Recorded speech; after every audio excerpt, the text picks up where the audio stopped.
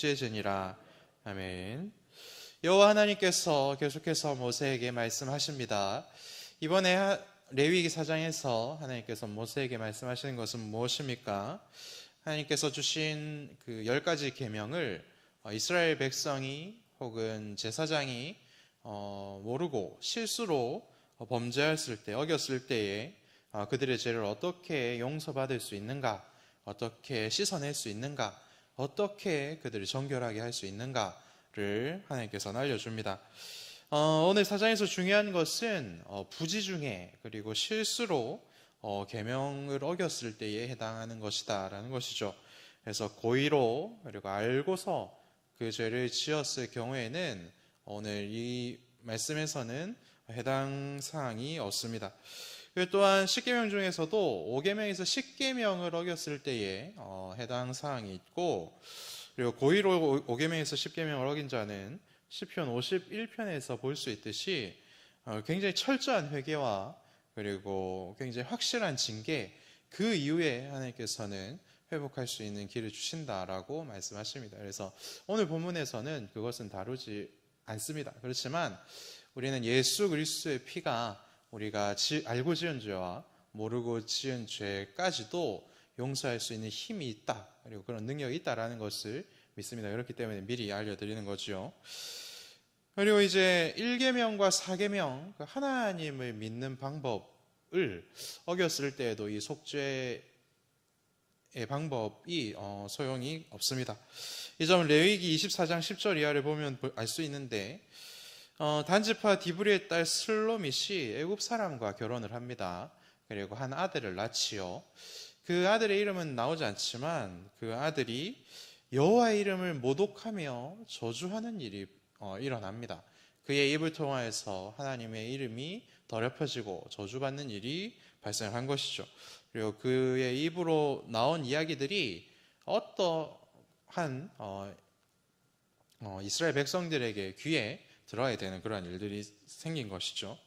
그래서 이 일이 발생했을 때 모세는 즉시 그를 붙잡아서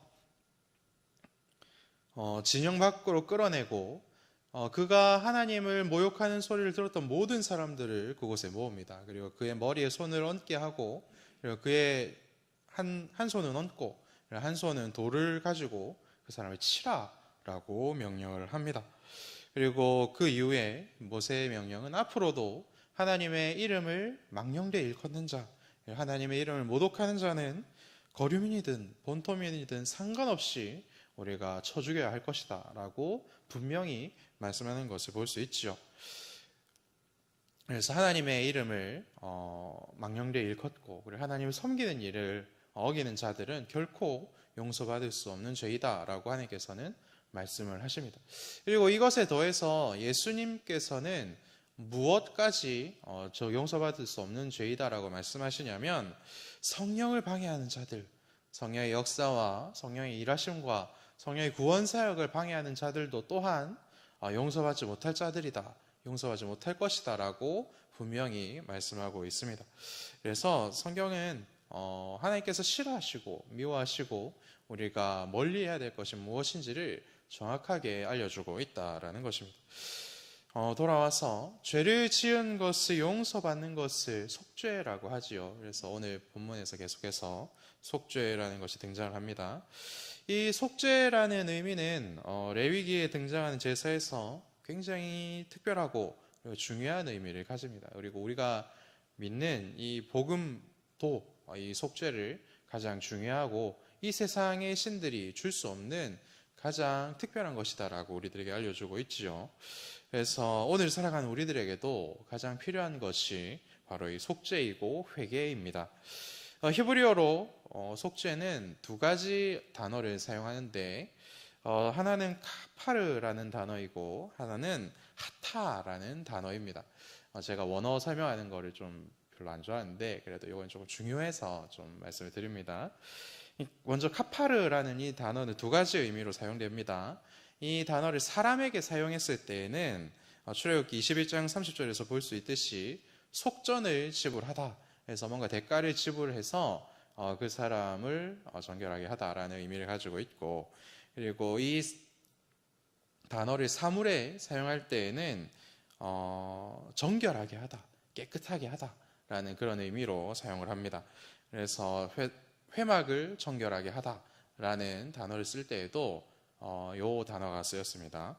하타라는 단어도 역시 두 가지 의미로 사용이 되는데, 이 단어를 능동적으로 쓸 때에는 사람들이 죄를 짓다라는 의미로 쓰고, 강조해서 사용할 때가 있습니다. 그때에는 이제 죄 때문에 더럽혀진 성소와 그리고 사람을 정결하게 하다라는 의미를 가지고 있습니다. 그래서 종합해 보면 죄 지은 것을 속전하여 그 죄에 대한 값을 묻지 않는 것, 혹은 죄를 지어서 더러워졌을 때 그것을 씻어내는 것, 이러한 의미가 바로 이 속죄에 담겨 있는 의미다라는 것이죠. 우리가 정결하게 되는 것, 그리고 죄를 씻어내는 것, 그래서 거룩해지는 것이 왜 중요합니까? 우리 어제 배웠는데 화목제에 대해서 배우지 않았습니까? 죄를 지어서 범죄한 언약 백성, 그리고 죄를 지어서 더러워진 하나님의 백성들은 거룩하신 하나님을 만날 수 있는 자격을 박탈당합니다. 그리고 하나님과 교제할 수 있는 자격을 박탈당하고, 그리고 하나님께서 주시는 거룩한 음식들을 먹을 수 있는 권리를 박탈을 당하는 것입니다. 그렇기 때문에 이 죄의 문제를 해결하고 우리의 더러워진 것들을 깨끗하게 만드는 것이 중요합니다. 그래서 하나님과 이웃과 가족들이 하나님과 더불어 행복해질 수 있는 방법을 하나님께서는 하나님이 주시는 음식을 함께 먹는 것이다 라고 우리 어제 배웠지 않습니까? 우리 전도회 회원들 놀러 가시면 개 한 마리 잡습니다. 그죠? 옛날에 많이 잡았고 요새는 그렇지 않은데 더 맛있는 게 많아서 그랬죠. 그런데 개 한 마리 잡았는데 나도 전도회 회원이고 같이 놀러 갔습니다. 그런데 저에게만 전도회 회원들이 아무것도 주지 않아요. 그러면 저는 어떤 상태인 겁니까? 전도회 회원이 아니다 라고 전도회 회원들에게 이렇게 선포 받는 것이죠. 굉장히 슬픈 일입니다. 그래서 하나님께서는 우리들에게 그런 슬픈 일을 당하지 말라고, 먹을 것 같이 못 먹는 것만큼 슬픈 일도 없지 않습니까? 그런데 못 먹어서 슬픈 것보다 내가 하나님의 백성이 아니게 되었다라는 그 절망이 더 큰 것이죠. 그렇기 때문에 하나님께서는 죄를 씻어야 된다라고 말씀하고 계시는 겁니다. 그래서 소나 양이나 염소, 이것은 지금도 굉장히 좋은 식재료이지 않습니까? 그런데 이 당시에는 우리가 상상하는 것보다 더욱더 귀한 음식 재료입니다. 먹는 것이 귀할 때에 내가 범죄함으로 하나님의 그 식탁에 들어가지 못하는 것, 이것은 굉장히 심각한 문제라는 것이죠. 그렇기 때문에 하나님께서는 정해진 절차대로 속죄를 진행하고 하나님이 차려주신 식탁으로 반드시 나아오라 라는 말씀을 이때의 이스라엘 백성들에게, 오늘 우리들에게 알려주고 있는 것입니다. 어제 설교했듯이 죄를 짓는다라는 것은 우리가 갚아야 될 빚을 진다라는 것과 같은 것이죠. 죄를 지은 사람은 하나님께 죄에 대한 대가를 지불해야 하지만, 하나님은 우리가 죄에 대하여서 무언가를 내놓을 수 없다라는 것을 우리보다 더 잘 아십니다. 그렇기 때문에 하나님께서는 대속할 수 있는 방법들을 만들어 주신 것이죠. 하나님께서 오늘 만들어 주신 죄를 용서받는 법, 죄를 씻어내는 법은 무엇일까? 바로 속죄제물의 피가 그 역할을 하게 될 것이다 라고 알려주고 있습니다. 본문 말씀을 보면 제사장이 죄를 지어도, 그리고 회중들이 다 같이 죄를 지어도 결국은 속죄제물의 피를 가지고 회막에 들어가서 제사장이 손가락에 그 피를 찍어서 여호와 곧 성소의 휘장 앞에 7번 뿌려라 라고 말씀하시죠. 그리고 남은 피는 제단 향단 뿔에 바르고, 그리고 또 남은 피는 전부를 회막 문 앞 번제단 밑에 쏟아라 라고 말씀하고 있습니다. 그리고 속죄제물이 죽고 그 피를 여호와 하나님 앞에 뿌리는 것으로 하나님은 죄를 용서해 주시겠다라고 말씀하고 있는 것이죠. 여기서 우리가 기억해야 될 것은 무엇입니까? 이 피에 무언가 특별한 힘, 뭔가 씻어낼 수 있는 힘이 있어서 이러한 일들이 나타나는 것이 아니다라는 것이죠.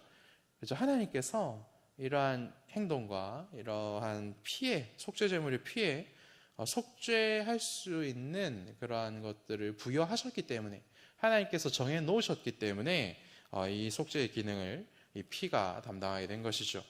그리고 오늘 이 레위기에서 하나님께서 이 피에 씻어낼 수 있는 힘을 부여하신 그 이유 때문에 유월절 어린 양의 피가 오늘도 우리들의 죄를 씻어내는 그러한 일들을 감당하고 있는 것입니다.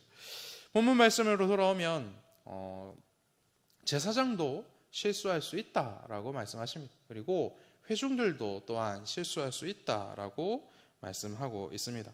그래서 뛰어난 리더들 하나님께서 특별히 세우시고 기름 부음 받고 하나님께 기름 부음 받고 하나님께 봉사하는 자들도 얼마든지 실수할 수 있다라는 것을 하나님 말씀하고 계시고, 그리고 하나님의 그 공동체 하나님의 백성들도 거룩하게 살아야 되고 하나님의 뜻대로 살아야 되지만 그 공동체도 얼마든지 부지 중에 하나님의 계명을 어길 수 있다. 오늘은 하나님께서 말씀하십니다. 이 말씀을 기억하면 우리들에게 어떠한 유익이 있겠습니까?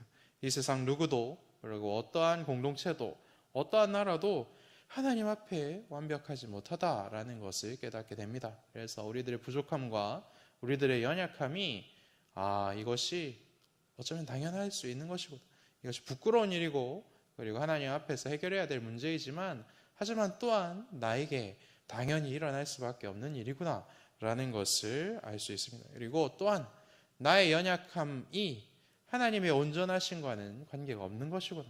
나는 연약하고 부족할 수 있지만 하나님은 하나님이시기 때문에 그 자체로 온전하시고 온전하신 하나님이 나에게 은혜를 베풀어 주실 수 있는 분이구나 라는 믿음과 확신과 그러한 결단들을 우리들에게 선물로 주신다라는 것입니다. 예수를 믿는 우리들도, 그리고 이 땅에 있는 예수님의 몸된 교회도 온전해야 하지만 다시 한번 말씀드립니다. 너무나도 부족합니다. 그리고 연약하죠. 그렇기 때문에 우리의 생각으로 이해할 수 없는 그러한 부조리들이 계속해서 나타나는 것입니다. 그렇기 때문에 우리는 비판하고 그리고 비난할 수 있지만 그것을 넘어서 하나님 은혜가 필요합니다. 하나님 도와주십시오. 우리를 불쌍히 여겨주시고 우리의 죄를 씻어주십시오 라고 또한 기도할 수 있는 것입니다. 이렇게 기도하는 자들에게 하나님은 은혜를 부어주시고 그리고 하나님께서 붙들어 주시는 그런 능력들을 베풀어 주신다라는 것입니다. 우리가 하나님의 은혜 없이, 하나님의 보살핌 없이 단 하루도 살 수 없는 존재이다라는 것을 오늘 말씀을 통해서 우리는 다시 한번 확인할 수 있는 것입니다. 마지막으로 다행인 것, 그리고 너무나도 큰 은혜인 것은 무엇입니까? 하나님은 여전히 부족한 우리를 떠나지 않으시고 우리 곁에 계시고 우리의 기도를 들으시고 우리에게 필요한 모든 것을 베풀어 주신다라는 것이죠. 우리가 기도한 것만 하나님께 받는 것이 아닙니다. 우리가 기도하지 않았는데도 얼마나 많은 것을 하나님께 받고 누리며 살아가고 있습니까? 그것이 하나님의 은혜인 것이죠. 이것을 깨달을 수 있는 그런 믿음과 그런 은혜들을 누리시기 바랍니다. 나 혼자 있으면 절대로 이러한 것들을 해결할 수 없기 때문에 하나님은 이 땅에 교회라는 공동체를 세워주시고 가정이라는 공동체를 세워주시고 나라라는 공동체를 세워주셨습니다. 하지만 그 공동체도 예수님이 다시 오시기 직전까지는 온전하지 않습니다. 불안하죠. 그렇지만 그런 불안함 가운데서도 온전한 하나님이 아름다운 것들을 이루어 가신다. 이것을 기억하시기 바랍니다. 말씀을 정리하겠습니다. 사랑하는 여러분, 알고 지은 죄도 많으시지요. 그리고 모르고 지은 죄도 많을 것입니다. 하지만 하나님은 우리가 분명히 알고 회개한 것도 용서해 주시고 우리가 잘 모르고 회개하는 것도 차고 넘치도록 용서해 주십니다. 그러한 은혜들을 오늘 기도하면서 누리시기를 바랍니다. 그래서 오늘 기도할 때에 이 모든 죄를 예수님의 이름으로 아버지 하나님께 성령을 의지하여 고백하십시오. 하나님께서 우리들의 기도를 들으시고 응답하시고 우리를 깨끗하게 하시고 그리고 예수 그리스도로 이미 나의 죄를 대신해서 속전으로 들이신 그 놀라운 은혜들을 다시 한번 기억나게 하실 것입니다. 죄를 인정하고 돌이키는 것을 귀하게 여기는 자를 하나님은 예수 그리스도의 피로 정결하게 만들어주시고 용서라는 멋진 선물을 베풀어 주십니다. 이제 어린이날도 다가오고 그런데 우리가 하나님 아버지에게 받아야 될 선물은 이 용서라는 선물인 줄 믿습니다.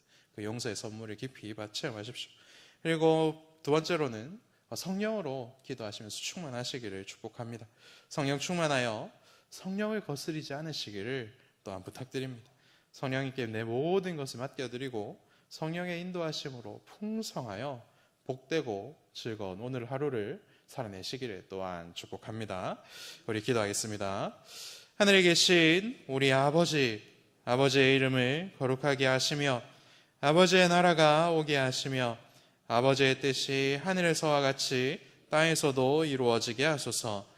오늘 우리에게 일용할 양식을 주시고 우리가 우리에게 잘못한 사람을 용서하여 준 것 같이 우리 죄를 용서하여 주시고 우리를 시험에 빠지지 않게 하시고 악에서 구하소서. 나라와 권능과 영광이 영원히 아버지의 것입니다. 아멘.